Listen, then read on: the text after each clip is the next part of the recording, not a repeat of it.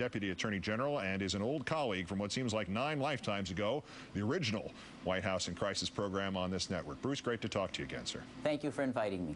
Do you think this president needs to be impeached? Yes, I think the Founding Fathers intended the impeachment threshold to be satisfied if there were political crimes against the Constitution, against our checks and balances and separation of powers. Those are the mechanisms, what you might call the scientific method, for staying on an even keel, avoiding folly and abuses. And I think President Bush, over the years, has crippled that mechanism. You remember as well as I do from 9 years ago the practical politics of this. If you move to impeach a president, you may very well increase his popularity and decrease the popularity of the politicians who make the move. What do you do about that reality? Well, you've got to go back more than just President Clinton. I was there when President Nixon was impeached, and I can guarantee you those who were the proponents ended up far better than those who were his defenders. The Republicans who stayed with him to the last end were the ones who lost their seats. And my recollection also is with regard to Clinton, the Republicans did not lose a large number, or if at all, any seats in the House and the Senate. But certainly political calculations are going to enter into how vigorously the House or the Senate pursues an impeachment inquiry. It seems to me, however, that to move beyond that, it's the American people themselves that have to make a consensus that they do not trust Mr. Bush and Mr. Cheney with the reins of power, given their very, very extravagant claims of what the president can do after 9/11. For example, utilize the idea that all of the United States is a military battlefield and they could impose martial law anytime they wished. This 81st municipality to make a vote, a symbolic vote along the lines of what Tacoma Park in Maryland did, it cited Mr. Bush's leading statements about Iraq prior to the war. Is that element the soundest legal case for impeachment in your opinion, Bruce? And if not, what is? No, I don't think so.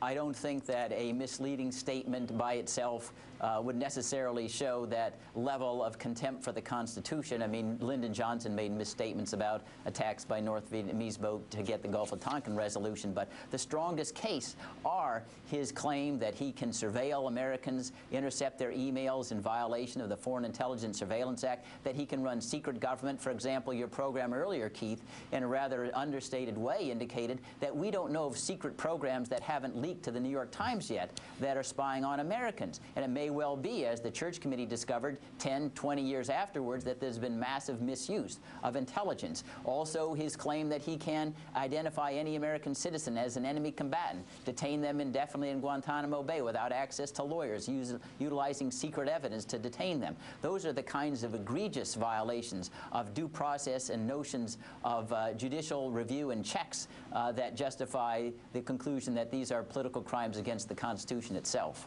One more thing that may be added to this ledger, Bruce. The conservative website WorldNet Daily had posted today a critique of Mr. Bush that could have read like one and posted on liberal websites that referred specifically to this executive order that he signed last week, claiming the power to seize anyone's assets if he decides they have so much as received goods or services from someone who might pose a risk of committing violence in Iraq. A, can he do this? B, can he do this to Americans in America? And C, what does the Fifth Amendment say about it? Well, he's claimed authority to do this under the International Economic Emergencies Powers Act, and even if it authorized him to do that, the Constitution surely does not. Because the gist of the executive order is to impose a financial death penalty on anyone who he says, on his say-so alone, creates a significant risk of undermining the rehabilitation program or political reforms in Iraq. A significant risk. Now, they could conclude that you have a risk if you are very hostile to the various policies that he's undertaken in Iraq. And this idea that you could end your financial life unilaterally without notice is totally antithetical to the Fifth Amendment. As clear and as ever allegiant first to the Constitution, Bruce Fein, constitutional lawyer and former Reagan Deputy Attorney General. Good to talk to you again, sir, and thanks for your time tonight. Thank you.